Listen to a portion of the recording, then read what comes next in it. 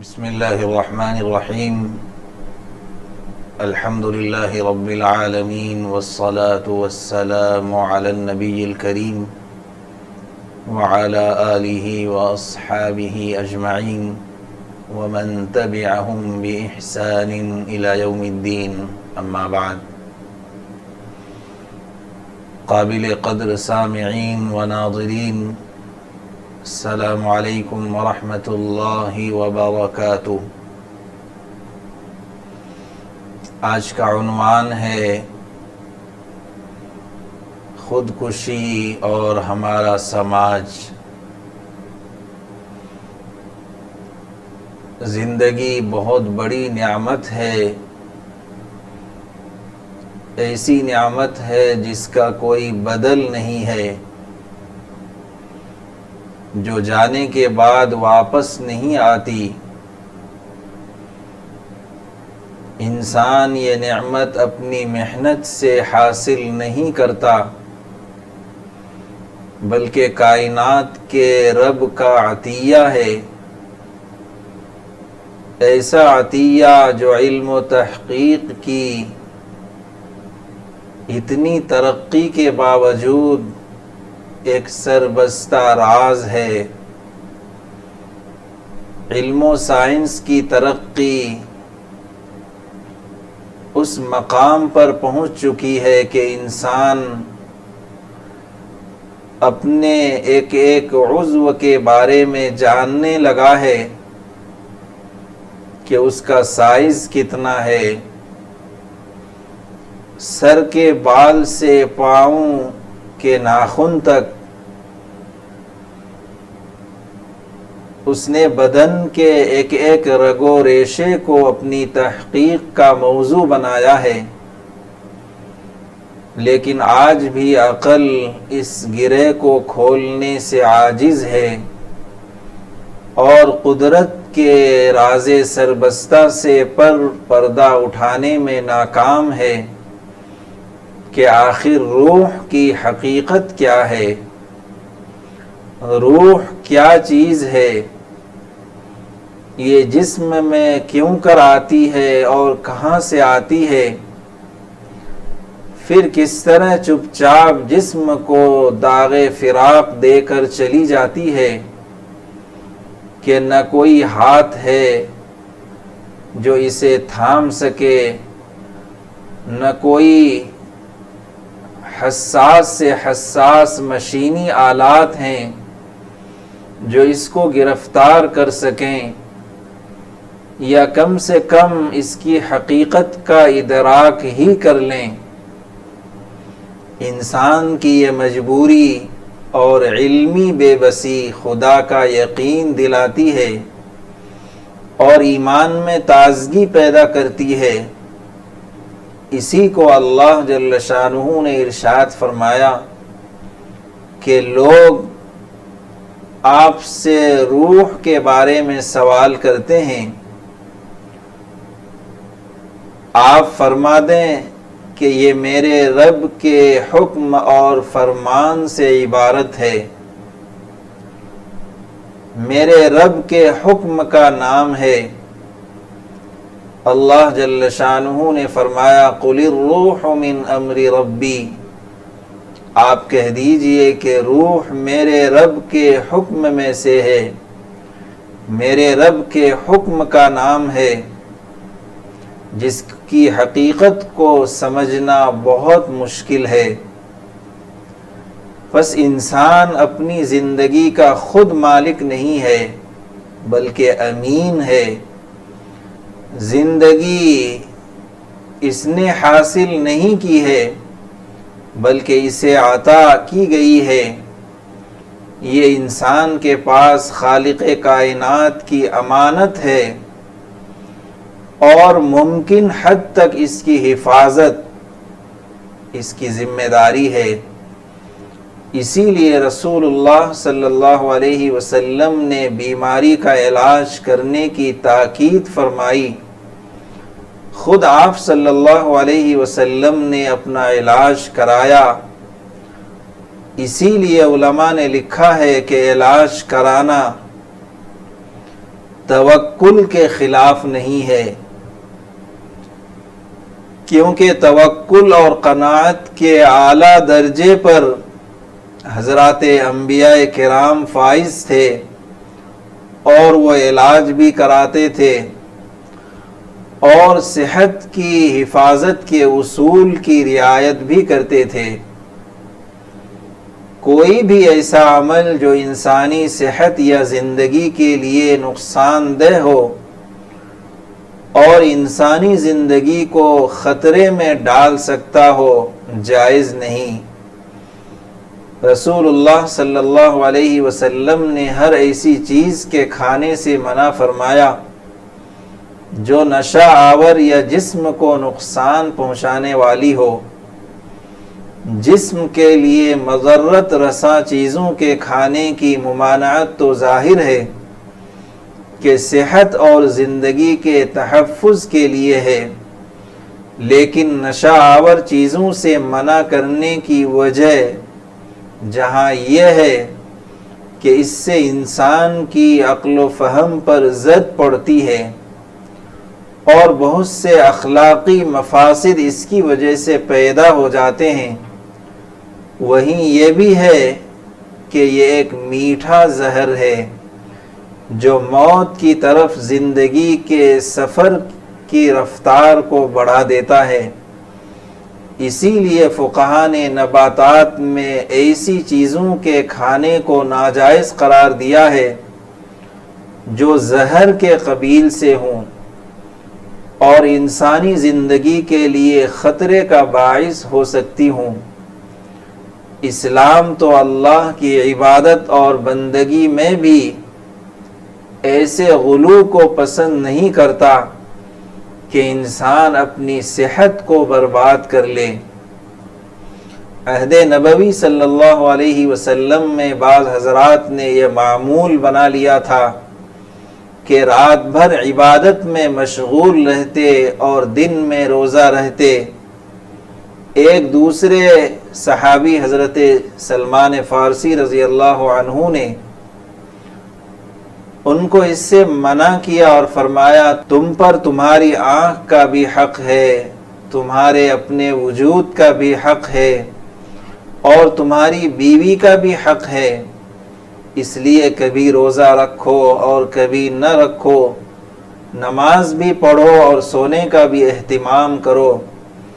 رسول اللہ صلی اللہ علیہ وسلم کو جب اس کی اطلاع ملی تو آپ صلی اللہ علیہ وسلم نے حضرت سلمان فارسی رضی اللہ عنہ کے نقطۂ نظر کو، آپ کی رائے کو درست قرار دیا اور تصویب فرمائی۔ آپ صلی اللہ علیہ وسلم نے جان بچانے کے لیے دوا کے طور پر ایسی چیزوں کے استعمال کی بھی اجازت دی جو اصلاً ناجائز اور حرام ہیں۔ یہ اور اس طرح کی اسلامی تعلیمات سے اندازہ کیا جا سکتا ہے کہ جیسے اسلام نے دوسروں کی جان بچانے کا حکم دیا ہے، اسی طرح انسان پر یہ بات بھی واجب ہے کہ وہ بحد امکان اپنی جان کی حفاظت کرے، کیونکہ زندگی اس کے پاس خدا کی امانت ہے اور امانت کی حفاظت اسلامی، اخلاقی اور انسانی فریضہ ہے۔ اسی لیے اسلام کی نگاہ میں خودکشی بہت بڑا گناہ اور سنگین جرم ہے، ایسا گناہ جو اس کو دنیا سے بھی محروم کرتا ہے اور آخرت سے بھی۔ خود قرآن مجید نے خودکشی سے منع فرمایا ہے، ارشاد ہے، لا تقتلوا انفسکم، اپنے آپ کو ہلاک مت کرو۔ پیغمبر اسلام صلی اللہ علیہ وسلم کے متعدد ارشادات ہیں جن میں نہایت سختی اور تاکید کے ساتھ خودکشی کو منع فرمایا گیا ہے۔ حضرت ابو ہریرہ رضی اللہ عنہ بیان کرتے ہیں کہ رسول اللہ صلی اللہ علیہ وسلم نے فرمایا، جس نے اپنے آپ کو پہاڑ سے گرا کر خودکشی کی وہ جہنم کی آگ میں بھی اسی طرح ہمیشہ گرتا رہے گا، اور جس نے لوہے کی ہتھیار سے خود کو ہلاک کیا وہ دوزخ میں بھی ہمیشہ اپنے پیٹ میں ہتھیار گھونپتا رہے گا۔ ایک اور روایت میں ہے کہ گلا گھونٹ کر خودکشی کرنے والا جہنم میں ہمیشہ گلا گھونٹتا رہے گا، اور اپنے آپ کو نیزہ مار کر ہلاک کرنے والا دوزخ میں بھی ہمیشہ اپنے آپ کو نیزہ مارتا رہے گا۔ حضرت طفیل رضی اللہ عنہ کے ساتھ ایک اور صاحب نے مدینہ ہجرت کی، وہ دوسرے صاحب بیمار پڑ گئے، تکلیف کی شدت کے باعث ان سے صبر نہ ہو سکا اور ایک ہتھیار سے اپنی انگلیوں کے جوڑ کاٹ لیے، رگیں کٹ گئی اور خون اتنا بہہ گیا کہ انتقال ہو گیا۔ حضرت طفیل رضی اللہ عنہ نے ان کو خواب میں دیکھا کہ وہ بہتر حالت میں ہیں لیکن ان کے ہاتھ ڈھکے ہوئے ہیں۔ حضرت طفیل رضی اللہ عنہ نے دریافت کیا کہ آپ کے رب نے آپ کے ساتھ کیا معاملہ کیا؟ ان صاحب نے کہا، اللہ نے ہجرت کی وجہ سے مجھے معاف کر دیا، لیکن میرے ہاتھوں کے بارے میں فرمایا گیا کہ جس چیز کو تم نے خود بگاڑ لیا ہے میں اسے درست نہیں کرتا۔ حضرت طفیل نے یہ خواب رسول اللہ صلی اللہ علیہ وسلم سے بیان فرمایا۔ آپ نے دعا فرمائی کہ بار الہ ان کے ہاتھوں کو بھی معاف فرما دے۔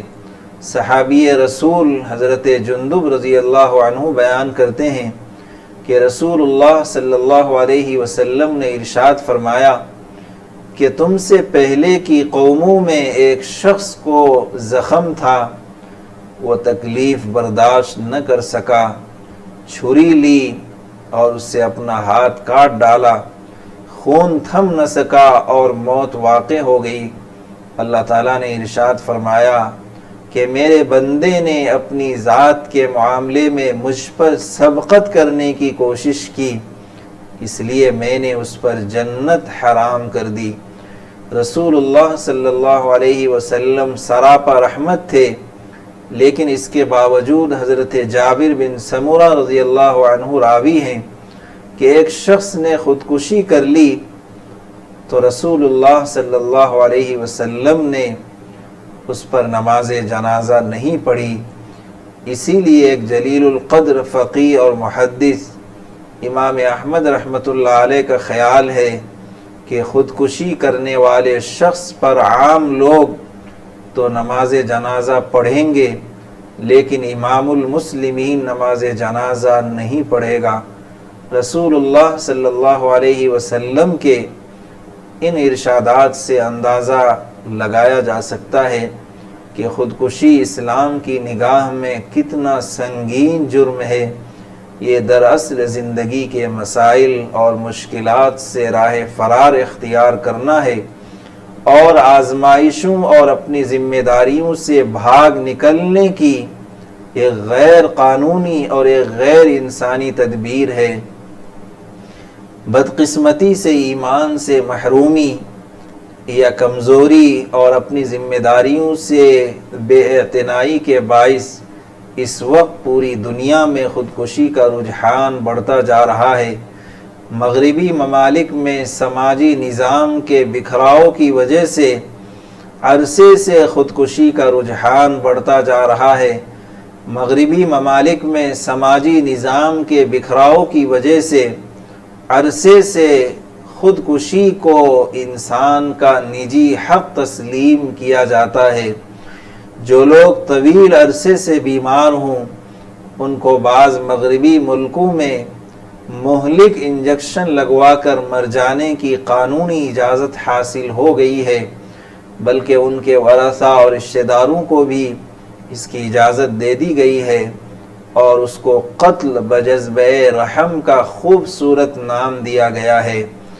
ہندوستان میں جہیز کی وجہ سے خودکشی کا مسئلہ سماجی ناسور بن گیا ہے۔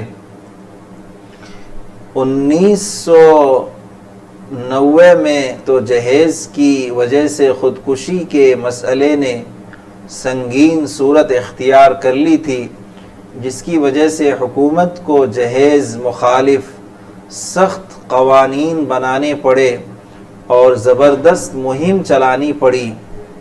تعلیم کے عام ہونے اور فرسودہ رسم و رواج کے بند ڈھیلے ہونے سے جہیز کے لیے قتل اور خودکشی کے واقعات میں کمی تو آئی ہے، لیکن اب بھی حالت یہ ہے کہ نیشنل کرائم بیورو کے ریکارڈ کے مطابق 2014 سے لے کر 2016 کے درمیان 3 سالوں میں جہیز کی وجہ سے 30,000 سے زیادہ اموات ریکارڈ ہوئی۔ یہ وہ ریکارڈ ہے جو حکومت کے علم میں ہے، لیکن ایسی اموات جو جہیز کی وجہ سے ہوئی اور حکومت کے علم میں نہیں ہے، ریکارڈ میں نہیں ہے، ممکن ہے کہ ان کا تخمینہ مذکورہ ریکارڈ سے زیادہ ہوگا۔ چند روز قبل احمد آباد کی لڑکی عائشہ کی خودکشی کی جو ویڈیو سامنے آئی ہے، اس کی جڑ بھی جہیز کا مطالبہ اور سسرال کے افراد کی جانب سے بدسلوکی ہے۔ اس لرزہ خیز واقعے پر جس قدر افسوس کیا جائے کم ہے، اور وہ بھی ایسے لوگوں کی جانب جو اللہ اور اس کے رسول کا نام لیتے ہوں اور خود کو مسلمان کہتے ہوں۔ اس کی بنیادی وجہ اسلامی تعلیمات سے دوری اور ہندوانہ رسم و رواج سے قریب ہونا ہے، اور اس رسم کو بھی جڑ سے تبھی مٹایا جا سکتا ہے جب نہ صرف شادی بیاہ میں بلکہ پوری زندگی میں اسلامی تعلیمات کو اپنایا جائے۔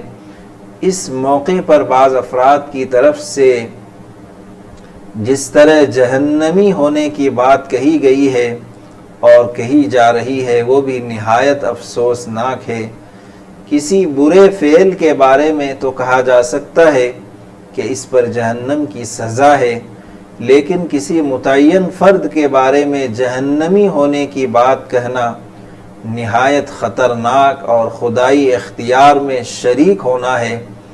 کون جنت میں جائے گا اور کون جہنم میں، اس کا یقینی فیصلہ اللہ تعالیٰ کے علم اور اختیار میں ہے۔